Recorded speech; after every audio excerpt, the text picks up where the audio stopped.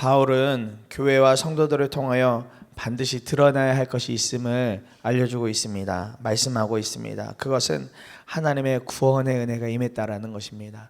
하나님의 구원의 은혜가 나타났다. 특별히 우리가 받은 은혜가 무엇인지 바울은 말씀하면서 우리의 삶이 더 견고한 믿음과 거룩함을 가지고 살아야 함을 말씀하고 있습니다. 디도에게 쓰여지는 글 같지만 사실 모든 그리스도인들에게 권면하고 있는 글이 바울의 이야기입니다. 주님께서 우리에게 자기 몸을 내어주신 이유와 목적이 분명하게 있음을 알려주면서 세상 속에 복된 소망을 전하는 사람들로서 살기를 간절히 바라는 마음을 그대로 바울이 디도에게 또 우리에게 알려주고 있는 것이죠. 오늘 첫 번째로 제가 본 것은 모든 사람에게 나타난 구원의 은혜가 있다라는 것입니다. 모든 사람에게 나타난 구원의 은혜. 11절부터 13절에 보면 모든 사람에게 하나님의 구원의 은혜가 나타났습니다. 그 은혜는 우리를 교육하여 경건하지 않음과 속된 정욕을 버리고 지금 이 세상에서 신중하고 의롭고 경건하게 살게 합니다. 그래서 우리는 복된 소망 곧 위대하신 하나님과 우리 구주 예수 그리스도의 영광이 나타나기를 고대합니다 라고 말씀하고 있습니다. 바울은 우리에게 하나님의 구원의 은혜가 나타났음을 말합니다. 바로 주 예수 그리스도시죠. 우리에게 임한 구원의 은혜, 복된 소식, 복된 소망, 복음은 바로 주 예수 그리스도이십니다. 예수님이 실제로 이 땅에 인간의 몸을 입고 오심으로 말미암아 우리가 거룩의 길로 갈 수 있는 길을 열어주신 것이죠. 우리가 주님이 아니고서는 우리 스스로 거룩할 수 없고 경건할 수가 없습니다. 우리 안에 오신 주님, 우리에게 인간의 몸을 입고 오신 그 주님으로 말미암아 우리가 거룩의 길로 갈 수 있음을 말씀해 주고 있습니다. 우리가 예수님을 구원자로 믿을 때에 우리는 마치 인생학교, 마치 복음학교에 들어선 것 마냥 그동안 거룩하지 못했던 삶에서 돌아서서 거룩함으로 나아가는 일에 동의하게 되고 그 길을 걸어가고자 하는 갈망이 일어나게 된다는 것입니다. 왜냐하면 예수님 그분이 거룩하시기 때문입니다. 예수님이 거룩하기 때문에 우리도 그분을 닮기 원하고 그분이 내 안에 들어와 계시다는 것을 믿게 된다면 우리는 거룩의 길로 들어가게 되고 거룩함으로 살아가야 되는 일에 대하여 같이 동의할 수밖에 없는 것이죠. 은혜가 우리를 교육한다라고 말씀이 나와 있는데 바로 그것이 오늘 우리에게 주신 말씀입니다. 은혜가 우리를 교육한다는 건 다른 것 아니라 주 예수님이 우리에게 오심으로 말미암아 우리가 주님을 닮기 원하는 것, 주님을 닮기 원한다면 거룩함으로 들어가기를 원하는 갈망이 우리 안에 일어나게 된다, 이 이야기를 말씀하고 있습니다. 그런데 바울은 이 구원의 은혜가 어떤 대상에게 임하고 있는지, 은혜를 받을 만한 대상이 누구인지를 분명하게 말씀하고 있는데 그 말씀이 바로 모든 사람에게 나타났다라는 것입니다. 모든 사람에게 하나님의 구원의 은혜가 나타났다 말씀하고 있습니다. 그 어느 누구도 차별하지 않고 바울은 구원을 받을 만한 은혜가 우리 모두에게 나타났다고 말씀하는 것입니다. 실제로 예수님이 그런 삶을 사셨죠. 자격이 없다고 여겨질 만한 죄인들과 함께 겸상하셨고 식사하고 교제하셨고 그들에게 나타나 주셨습니다. 이것이 하나님이 가지신 사랑법인 바로 은혜였던 것입니다.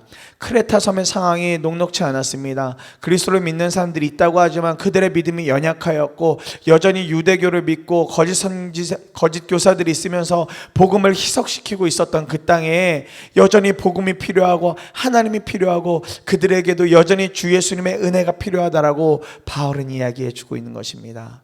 마치 우리에게 복음이 필요하듯 그 땅에 있는 사람들에게도 은혜와 복음이 필요하다고 바울은 말씀하고 있는 것입니다. 그 핵심을 가지고 하나님이 가진 사랑법인 은혜를 말하고 있습니다. 하나님은 용서의 은혜를 통하여 다시 시작할 기회는 물론이고 힘을 우리에게 주셨죠. 바로 이 땅에 사는 사람에게도 그 은혜가 오늘 필요하다. 크레타 섬에 살아가는 이 사람들에게도 그 은혜가 필요하다고 말씀하고 있는 것입니다.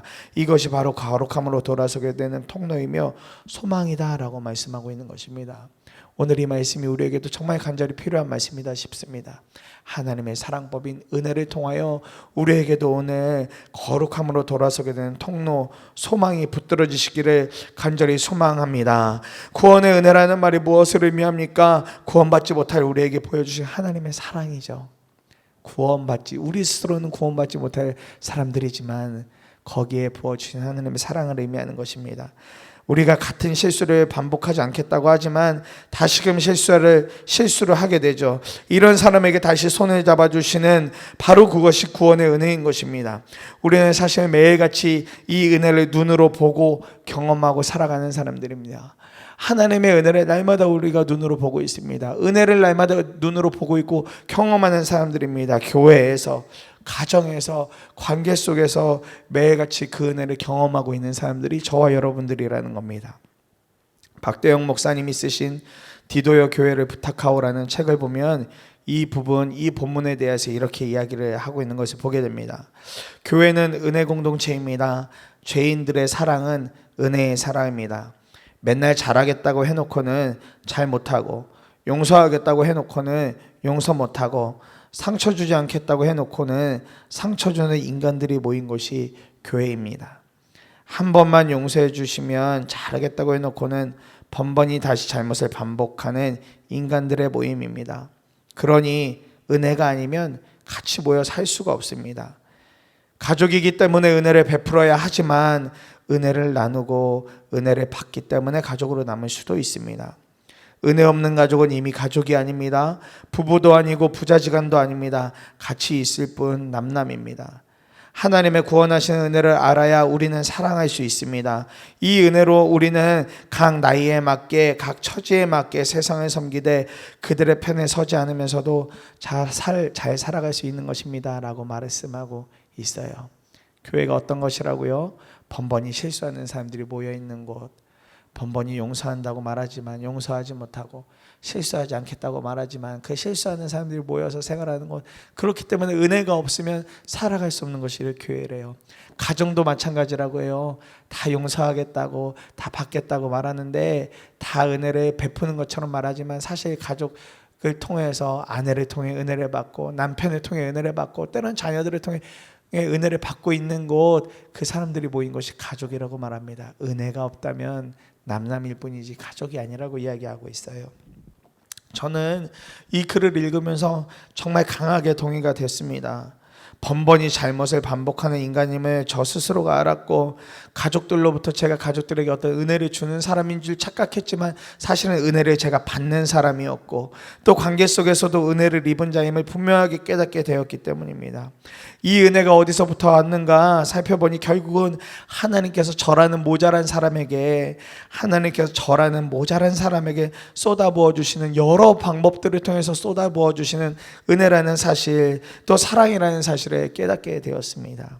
그런데 한 가지, 나는 이런 은혜를 베풀지 못하고 여전히 다른 사람의 실수만 보고 그 실수에 집착하고 있고, 은혜를 내가 베푼다고 하는 너무나 잘못된 생각 속에 있음을 또한 회개하게 되었습니다.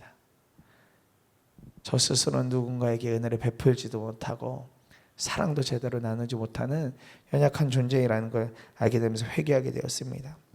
사랑하는 성도님들과 제가 누리는 은혜를 기억해야 합니다.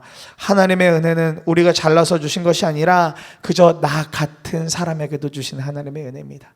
내가 잘나고 유능하고 뛰어나서가 아니라 그저 나 같은 사람도 사랑해 주신 것, 그것이 하나님의 놀라운 은혜입니다.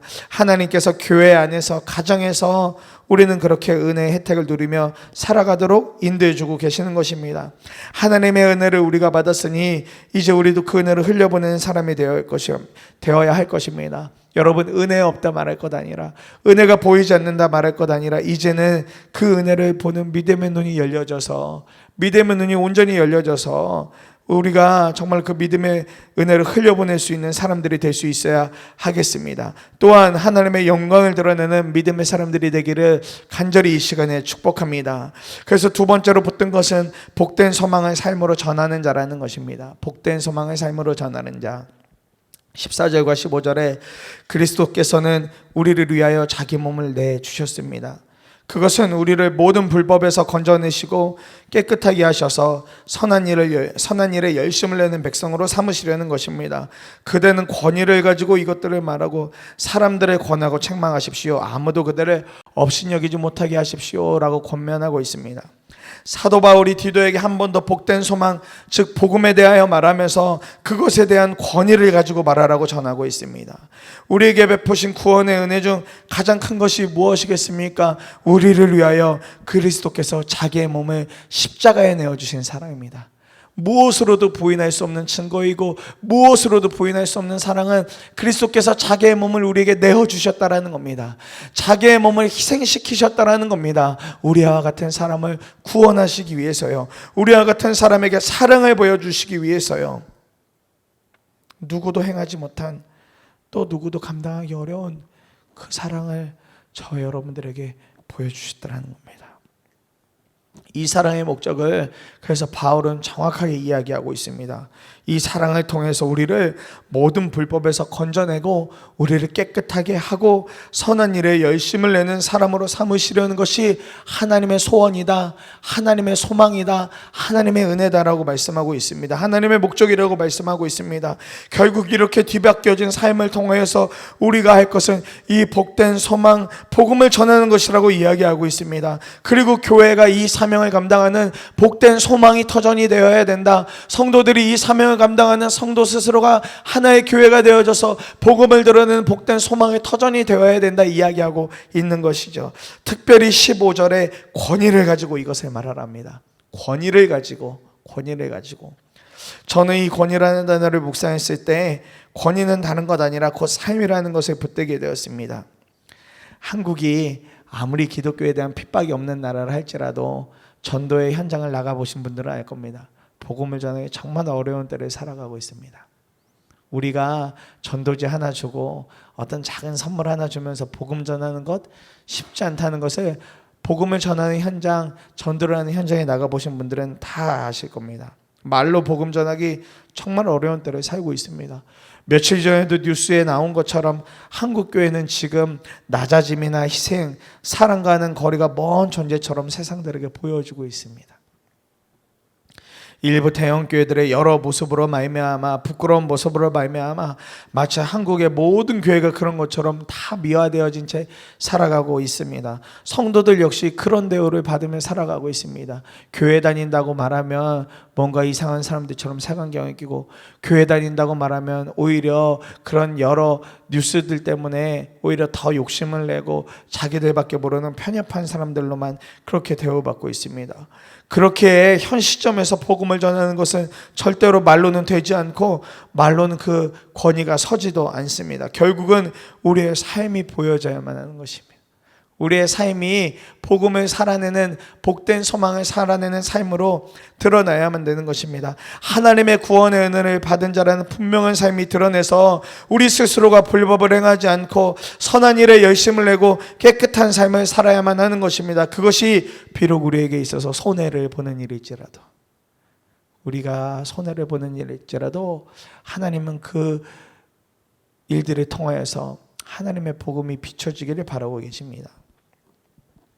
너무 귀한 성도님 한 분을 보면서 늘 삶에 도전이 됩니다. 어린이집을 운영하시는데 어린이집이 참 어렵습니다. 또 자녀들도 있는데 자녀 중에는 장애가 있는 아이도 있어서 참 옆에서 보면 안타깝다, 얼마나 힘드실까라는 마음이 드실 만큼의 성도님이 계세요. 그런데 이분의 얼굴을 보면 언제나 맑음입니다. 언제나 맑음, 환하게 웃고 계시고 사람들에 대할 때도 그렇게 사랑으로 대하시고 그 모습 보면서 참 은혜와 도전이 됩니다. 상황은 분명 어려운 것을 아는데 얼굴을 뵈면 이분이 어려운 거 맞나, 힘든 거 맞나 싶을 정도로 얼굴에서 도저히 느껴지지 않으세요. 진짜 복음을 붙들고 삶으로 복음을 살아내는 분이라고 볼 때마다 뵐 때마다 그렇게 여겨집니다. 이 어린이집 운영하시면서 쉽지 않은 고비들이 여러 차례 있으셨어요. 그리고 지금도 그런 고비들을 하나씩 넘어가고 계시는데 한 번이 이런 상황 속에서 다른 유치원의 원장으로 가실 기회가 생기셨습니다. 이 일을 한다면 어린이집을 운영하는 데도 도움이 되고 특별히 가정을 끌고 가는 데도 도움이 되겠다 싶으셔서 참 감사한 일이라고 여기고 있었습니다. 그래서 가시기로 결정하고 계셨는데 그 유치원의 이사장이라는 분이 이 집사님이 여러 가지로, 이 성도님이 여러 가지로 유치원에서 흔히들 행하는 여러 속임들을 강요하셨던 모양인 것 같아요. 좀 보이진 않지만 눈속임할 수 있는 부분들, 그러나 정상적이지 않은 방법들을 이분에게 하라고 알려주셨던 것 같습니다. 사실 누구나 다 하는 거라서 눈만 한번 감으면 그냥 할 수 있는 일들, 그런 일이셨어요. 그러면 눈만 한번 감으면 이 성도님 가정도 어려움에서 좀 숨통이 트이고, 가정은 가정대로, 어린이집은 어린이집대로 또 운영을 할 수 있는 상황이셨습니다. 그런데 이 성도님이 어떤 결정을 하셨을까요? 그냥 그 유치원 원장으로 가는 것을 포기하셨습니다. 내가 이렇게 불법을 행하면서까지 가정, 또 지금 운영하는 어린이집 할 것은 아니지. 지금까지 했던 삶이 있는데 그것은 절대 해서는 안 되는 일이지. 불법을 저지르면 안 된다는 마음이 강하셨기 때문이다. 그래서 지금도 힘겹지만 믿음으로 기존의 어린이집을 운영하시면서 교회 사역도 기쁨으로 감당하고 계세요. 주변 사람들 다 말합니다. 복음을 몸으로 살아내시는 분이라고요. 복음을 실제로 몸으로 살아내시는 분이라고 이야기합니다. 본인은 집에 월급을 한 푼도 가져가지 못해도 선생님들을 진심으로 사랑하고 섬기십니다.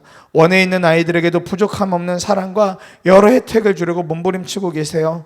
원장님이시면 가장 낮은 자리에서 아이들과 선생님들을 섬기니까 선생님들은 그것을 그대로 받아서 아이들의 진짜 사랑으로 대하고, 아이들도 그렇게 선생님과 원장님을 사랑하는 모습을 보게 되었습니다.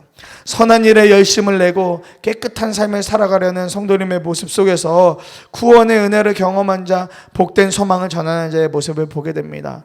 말보다 삶으로 하나님을 전하는 모습 속에서 주변 사람들이 알고 하나님이 알고 계시다는 것을 느끼고 경험하게 되었습니다. 사랑하는 성도님들, 삶 속에서 이 구원의 은혜가 정말 나타나고 계십니까? 이 구원의 복음이 정말 삶으로 살아내어지고 계십니까? 진심 복된 소망을 삶으로 표현되어지고 드러내어지는 삶을 통하여 우리 주변에 있는 사람들이 주 예수님을 보게 될 것입니다. 복음을 진짜 보게 될 것입니다. 복음이 죽어있는 복음이 아니라 살아있는 복음. 오늘도 여전히 사람들의 인생을 끌고 가고 하나님의 사람들을 끌고 가는 분명한 기준이 복음에 있는 거구나, 저게 진짜 복된 소식이구나, 복된 소망이구나라는 것을 알게 될 것입니다. 예수 그리스도께서는 우리에게 희생을 통하여, 낮아짐을 통하여 그 사랑을 보여주셨습니다. 한 번도 예수님 스스로가 높은 자리에 가려고 하지 않으셨습니다. 낮아짐으로, 희생으로, 때로는 피 흘림으로 우리에게 사랑을 보여주셨습니다.